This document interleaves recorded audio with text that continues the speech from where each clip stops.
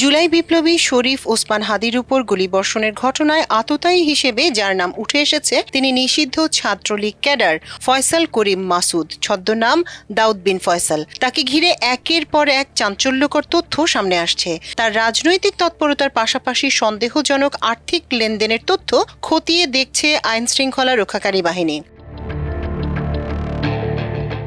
জানা গেছে ফয়সাল ছাত্র রাজনীতিতে প্রভাবশালী ছিলেন। তিনি সর্বশেষ ঢাকা মহানগর উত্তর ছাত্রলীগের সাবেক সহসভাপতি এবং আদাবর ছাত্রলীগের সভাপতি হিসেবে দায়িত্ব পালন করেছেন। জুলাই বিপ্লবের পর নিষিদ্ধ সংগঠনটির পক্ষে ঝটিকা মিছিল, চোরাগোপ্তা হামলা ও বৈঠকে সক্রিয়ভাবে অংশগ্রহণ করেছেন। এমনকি ভারতে পলাতক মৃত্যুদণ্ডপ্রাপ্ত শেখ হাসিনার নেতৃত্বাধীন সরকারের সাবেক স্বরাষ্ট্রমন্ত্রী, মৃত্যুদণ্ডপ্রাপ্ত আসাদুজ্জামান খান কামাল ও দলটির সভাপতি মণ্ডলীর সদস্য ও প্রভাবশালী নেতা জাহাঙ্গীর কবির নানকের সঙ্গেও তার ঘনিষ্ঠ সম্পর্ক আছে বলে গোয়েন্দা সংস্থার বিভিন্ন সূত্র নিশ্চিত করেছে।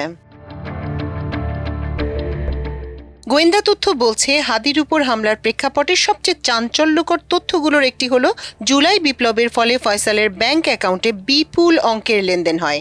একাধিক ব্যাংকে থাকা তার হিসাবগুলো পর্যালোচনা করে দেখা গেছে স্বল্প সময়ে বড় অঙ্কের টাকা জমা ও উত্তোলন হয়েছে। এই লেনদেনের একটি অংশ এসেছে বিদেশ থেকে। তদন্তকারীরা খতিয়ে দেখছেন এসব অর্থ বৈধ চ্যানেলে এসেছে কিনা। ফয়সালকে দ্রুত গ্রেপ্তারের জন্য সরকার ইতোমধ্যে 50 লাখ টাকা পুরস্কার ঘোষণা করেছে। ফয়সালের বিরুদ্ধে আগেও গুরুতর অপরাধের অভিযোগ ছিল, যা তার বর্তমান কর্মকাণ্ডকে আরও রহস্যময় করে তুলেছে। 2024 সালের 8 নভেম্বর ডাকাতির সময় আগ্নেয়াস্ত্র সহ গ্রেপ্তার হওয়ার পর তার বিরুদ্ধে আদাবর থানায় অস্ত্র আইনে মামলা হয়।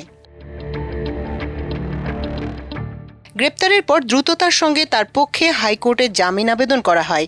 চলতি বছরের 16 ফেব্রুয়ারি হাইকোর্টের একটি বেঞ্চ তাকে 6 মাসের অন্তর্বর্তীকালীন জামিন মঞ্জুর করে। তবে এই জামিন প্রক্রিয়া নিয়ে আইন অঙ্গনে প্রশ্ন ওঠে যখন দেখা যায় জামিন আদেশের আনুষ্ঠানিকতা শেষ হওয়ার মাত্র 3 দিনের ব্যবধানে 19 ফেব্রুয়ারি আদেশটি সুপ্রিম কোর্টের ওয়েবসাইটে প্রকাশ পায়। পরে 12 আগস্ট হাইকোর্টের অন্য একটি বেঞ্চ তার জামিনের মেয়াদ আরও 1 বছরের জন্য বাড়িয়ে দেয়। ফয়সাল তথ্য প্রযুক্তিতে বেশ দক্ষ।